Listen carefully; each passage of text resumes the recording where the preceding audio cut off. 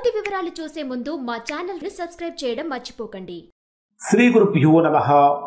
శ్రీ మహాసరస్వత్యై నమః. ఓం నమః శివాయ. నారాయణ శాస్త్రి ఆస్ట్రాలజీ ఛానల్ వీక్షిస్తున్నటువంటి ప్రేక్షక మహాశైలకు స్వాగతం, సుస్వాగతం. ఈరోజు మనము 2025వ సంవత్సరం డిసెంబర్ నెల 1వ తేదీ నుంచి 10వ తేదీ వరకు మిథున రాశిలో జన్మించిన వారి యొక్క రాశి ఫలితాలు ఏ విధంగా ఉన్నాయి, రోజువారీ ఫలితాలు ఏ విధంగా ఉంటాయి, ఒకవేళ ప్రతికూలతలు కనుక ఉంటే ఎటువంటి పరిహారాలు పాటించాలి అనే విషయాలన్నీ తెలుసుకుందాం. ఈ వీడియో చూడటానికంటే ముందు ప్రేక్షక మహాశైలకు చిన్న విజ్ఞప్తి. ఇప్పటి వరకు మా ఛానల్ చూస్తూ సబ్స్క్రైబ్ చేసుకునే వారు లేదా మొదటిసారిగా చూస్తున్న వారు వెంటనే సబ్స్క్రైబ్ చేసుకోండి. సబ్స్క్రైబ్ చేసిన వెంటనే మీకు బెల్ సింబల్ కనిపిస్తుంది, దాన్ని యాక్టివేట్ చేసుకోండి. ఇక్కడ మిథున రాశి వారిని కనుక పరిశీలిస్తే ప్రధానంగా మిథున రాశి వారికి కొన్ని గ్రహాల యొక్క మార్పులు ఈ 10 రోజులలో కనిపిస్తున్నాయి. ఏమేమి మార్పులు కనిపిస్తున్నాయి అంటే, మిథున రాశిలో జన్మించినటువంటి వారికి మొదటి 10 రోజులు కూడా నిజంగా చెప్పాలంటే శక్తివంతమైనటువంటి కాలం అనే చెప్పాలి. కారణం ఏమిటంటే, మీ జన్మరాశికి డిసెంబర్ 5వ తేదీ వరకు 2వ స్థానంలో కుటుంబ స్థానంలో గురుడు సంచరిస్తున్నటువంటి కారణం చేత, అంటే 5వ తేదీ వరకు గురుడు కర్కాటక రాశిలో ఉంటాడు. 6వ తేదీ నుంచి మీ జన్మరాశిలోకి గురుడు ప్రవేశిస్తాడు. కాబట్టి కొన్ని తీసుకునేటటువంటి నిర్ణయాలు భావోద్వేగంతో కూడినటువంటి నిర్ణయాలు తీసుకోకూడదు. కుటుంబంలో కూడా వ్యయాలు పెరుగుతూ ఉంటాయి. సంపాదనలో కూడా అంటే మితి అంటే పరిమితి అవసరం. అంటే విపరీతంగా సంపాదన కోసం పరిగెత్తడం అనేటటువంటిది కూడా ఇక్కడ మిథున రాశి వారికి అంత మంచిది కాదు అని చెప్పాలి. అలానే 6వ తేదీ నుంచి గురుడు ఎప్పుడైతే మీ జన్మరాశిలో ప్రవేశిస్తాడో విద్య, బుద్ధి, కమ్యూనికేషన్ మొదలైనటువంటి విషయాల్లో కానీ వ్యాపారపరంగా కానీ భారీ శుభాలకు ఆహ్వానం పలుకుతుంది అని చెప్పాలి. ఈ మార్పు ఈ మార్పు జరగటానికంటే ముందు మీ యొక్క యాటిట్యూడ్లో కూడా మార్పులు కలిగే అవకాశాలు ఉన్నాయి. అలానే మీ జన్మరాశికి 3వ స్థానంలో సింహరాశిలో కేతువు యొక్క సంచారం అనేటటువంటిది వ్యక్తిగతమైనటువంటి గుర్తింపు లభిస్తూ ఉంటుంది. సృజనాత్మకత కూడా పెరుగుతూ ఉంటుంది. అంతర్గతంగా కూడా ఒత్తిడులు పెరుగుతూ ఉంటాయి. రాహువు మీ జన్మరాశికి అంటే 9వ స్థానంలో కుంభరాశిలో సంచరించేటటువంటి సమయంలో విదేశీ సంబంధాలు కానీ విదేశీ ప్రయాణాలు కానీ ఉన్నత విద్య కోసం చేసే ప్రయత్నాలు కానీ ఫలిస్తాయి అని చెప్పాలి. ఆధ్యాత్మికపరమైన విస్తరణకు అనుకూలంగా మారుతుంది అని చెప్పాలి. అలానే టెక్నాలజీ రంగాల్లో, సాఫ్ట్వేర్ రంగంలో ఉన్నటువంటి వారికి అనూహ్యమైనటువంటి ప్రగతి కూడా కనిపిస్తుంది అని చెప్పాలి.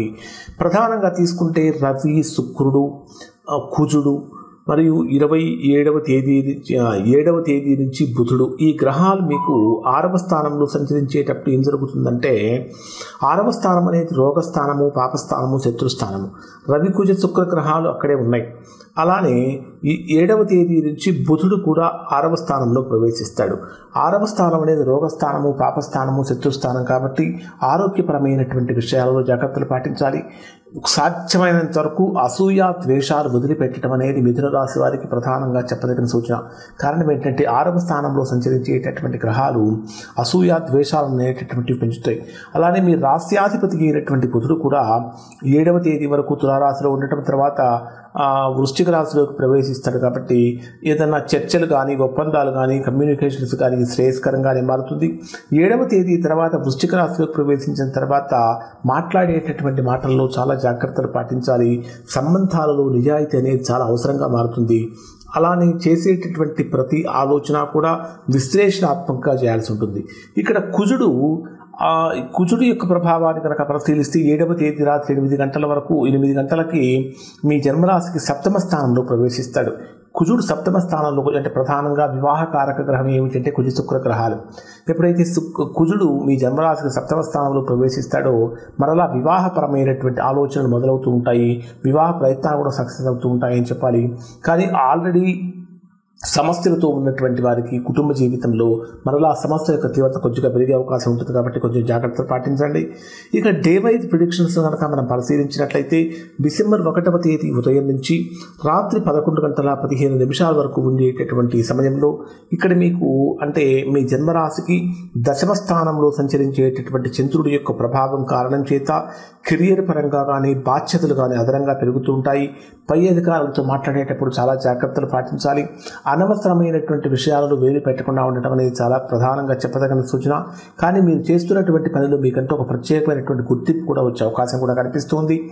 1వ తేదీ రాత్రి 11:15 నుంచి 3వ తేదీ రాత్రి 11:12 వరకు ఉండేటటువంటి సమయంలో మీకు చంద్రుడు మేషరాశిలో సంచరిస్తూ ఉంటాడు.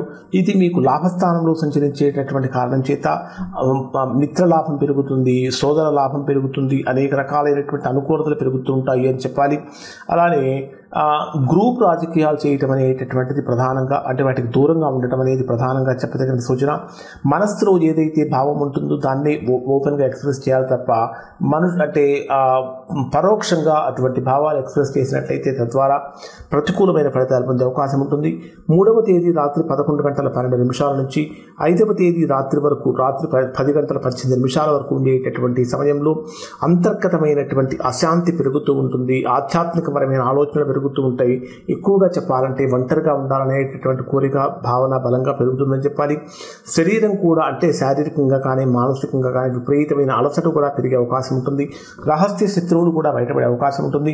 ఏదైనా పెద్ద పెద్ద నిర్ణయాలు కనుక తీసుకోవాల్సి వస్తే ఈ రోజులలో తీసుకోకుండా ఉండటం చాలా మంచిది అని చెప్పాలి. 5వ తేదీ రాత్రి 10:18 నుంచి 7వ తేదీ రాత్రి 10:42 వరకు ఉండేటటువంటి సమయంలో చంద్రుడు మీ స్వక్షేత్రంలో సంచరిస్తున్న సమయంలో ఇది అత్యంత శుభదాయకమైన సమయం అని చెప్పాలి. ఆత్మవిశ్వాసం పెరుగుతుంది, కొత్త ఆలోచనలు కూడా పుడుతూ ఉంటాయి. ఉద్యోగ వ్యాపారాల్లో శుభ ఫలితాలు పొందుతూ ఉంటారు. చిన్న చిన్న లాభాలు కూడా కలిగే అవకాశం ఉంటుంది. అలానే ప్రేమ వివాహం చేసుకోవాలనుకునేటటువంటి వారికి పురోగతి కూడా లభిస్తూ ఉంది. ఆరోగ్యపరంగా కనుక తీసుకుంటే ఇప్పటిదాకా ఫేస్ చేసిన కొన్ని ప్రాబ్లమ్స్ తగ్గిపోతూ ఉంటాయి. 7వ తేదీ రాత్రి 10:42 నుంచి 9వ తేదీ రాత్రి 2:24 వరకు ఉండేటటువంటి సమయంలో ఇది మీకు ఆర్థికపరమైనటువంటి భరోసా కల్పించేటటువంటి విధంగా ఉంటుంది. అంటే ఆర్థికంగా బలంగా మారడానికి అవకాశాలు ఏర్పడుతూ ఉంటాయి. ఖర్చులు పెరుగుతున్నప్పటికీ ఆదాయం పెంచుకోవడం కోసం చేసే ప్రయత్నాలు ఫలిస్తూ ఉంటాయి. మీ మాటకు కూడా చాలా ఎక్కువగా విలువ పెరుగుతుంది అని చెప్పాలి. కానీ 7వ స్థానంలో సంచరించేటటువంటి కుజుడు యొక్క ప్రభావం కారణం చేత కుజ వీక్షణ డైరెక్ట్గా మీ రాశి మీదనే ఉంటుంది కాబట్టి కొంచెం కోపాన్ని తగ్గించుకోవాలి.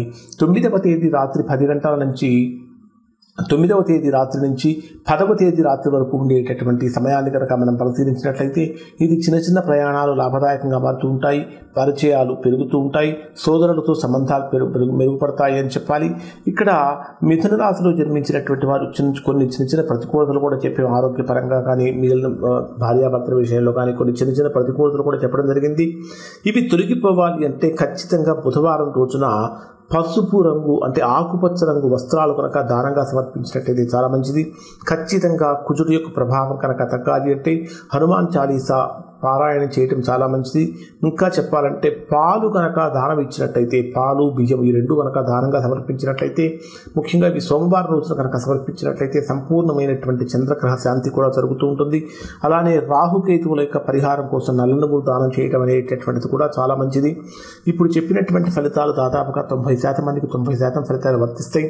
ఎవరికైతే వర్తించడం లేదో, ఎవరైతే తీవ్రమైన ప్రతికూలతలు పొందుతున్నారో దానికి కారణం ఏమై ఉంటుందంటే మీ యొక్క వ్యక్తిగత జాతకంలో ఏర్పడినటువంటి దోషం యొక్క ప్రభావం అయి ఉంటుంది. అటువంటి సందర్భంలో ఒక్కసారి మీరు మీ యొక్క వ్యక్తిగత జాతకాన్ని విశ్లేషణ చేయించుకొని దోషం ఎక్కడుందో తెలుసుకొని దోష నివారణ చేయించుకుంటే సత్ఫలితాన్ని పొందుతారు. ఇవి మిథున రాశి వారికి సంబంధించిన ఫలితాలు. శుభం.